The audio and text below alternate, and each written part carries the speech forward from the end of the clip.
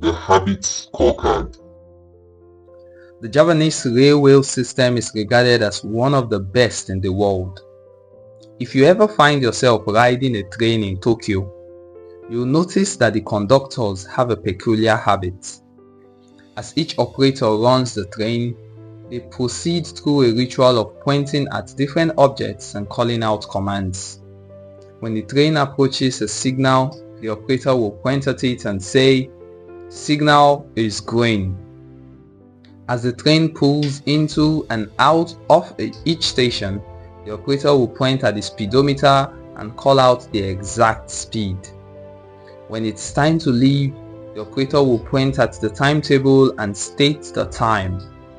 Out on the platform, other employees are performing similar actions. Before each train departs, staff members will point along the edge of the platform and declare, "All clear." Every detail is identified, pointed at, and named aloud. This process, known as pointing and calling, is a safety system designed to reduce mistakes.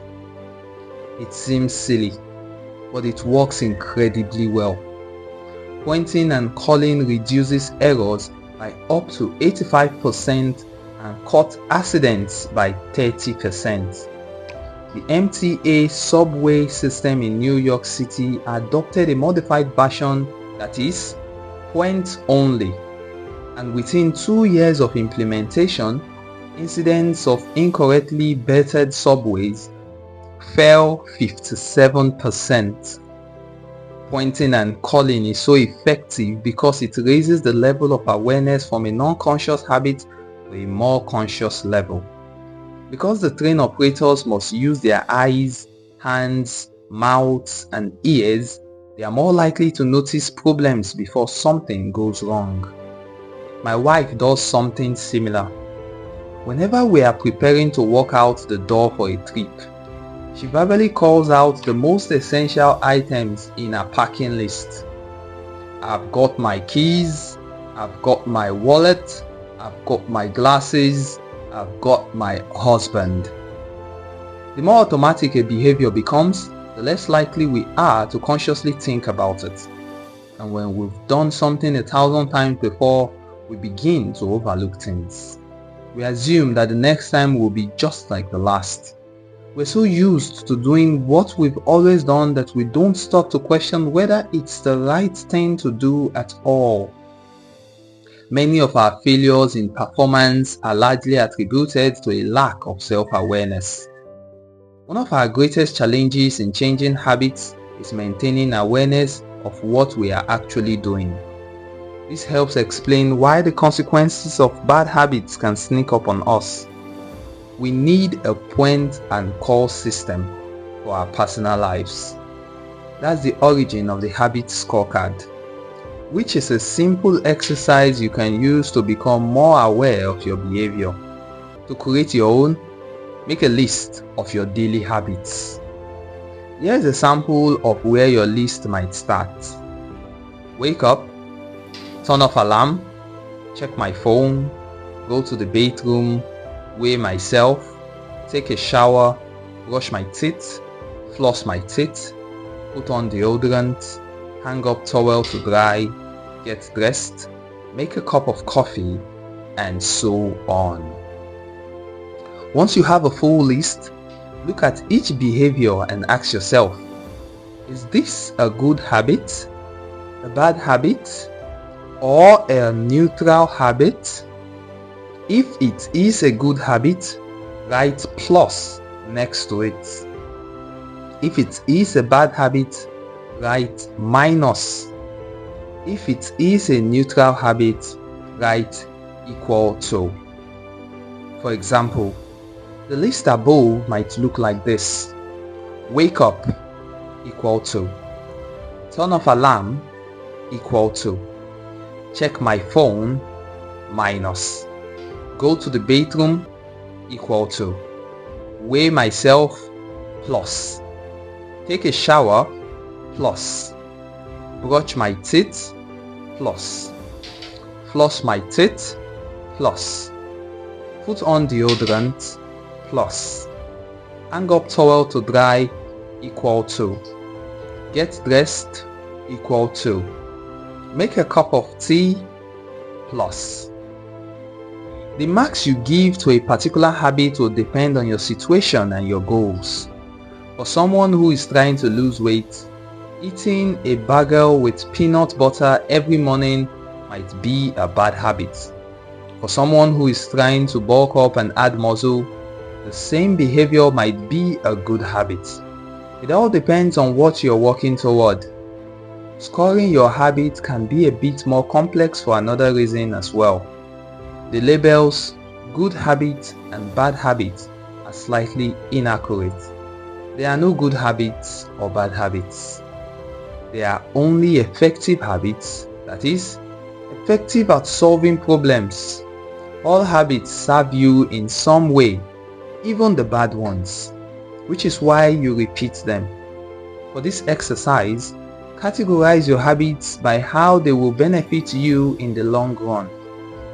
Generally speaking, good habits will have net positive outcomes.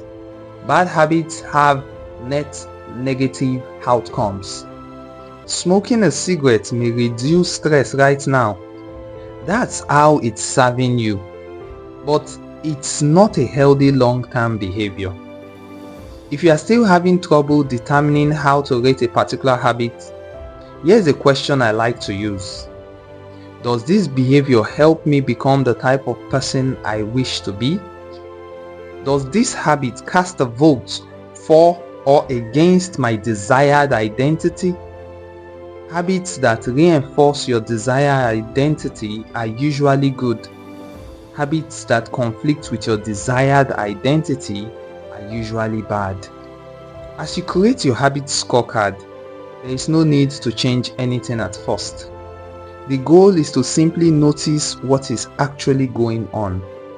Observe your thoughts and actions without judgment or internal criticism. Don't blame yourself for your faults. Don't praise yourself for your successes. If you eat a chocolate bar every morning, acknowledge it, almost as if you were watching someone else. Oh, how interesting that they would do such a thing. If you binge eat, simply notice that you are eating more calories than you should. If you waste time online, notice that you are spending your life in a way that you do not want to. The first step to changing bad habits is to be on the lookout for them. If you feel like you need extra help, then you can try pointing and calling in your own life. Say out loud the action that you are thinking of taking and what the outcome will be. If you want to cut back on your junk food habits but notice yourself grabbing another cookie, say out loud, I'm about to eat this cookie, but I don't need it.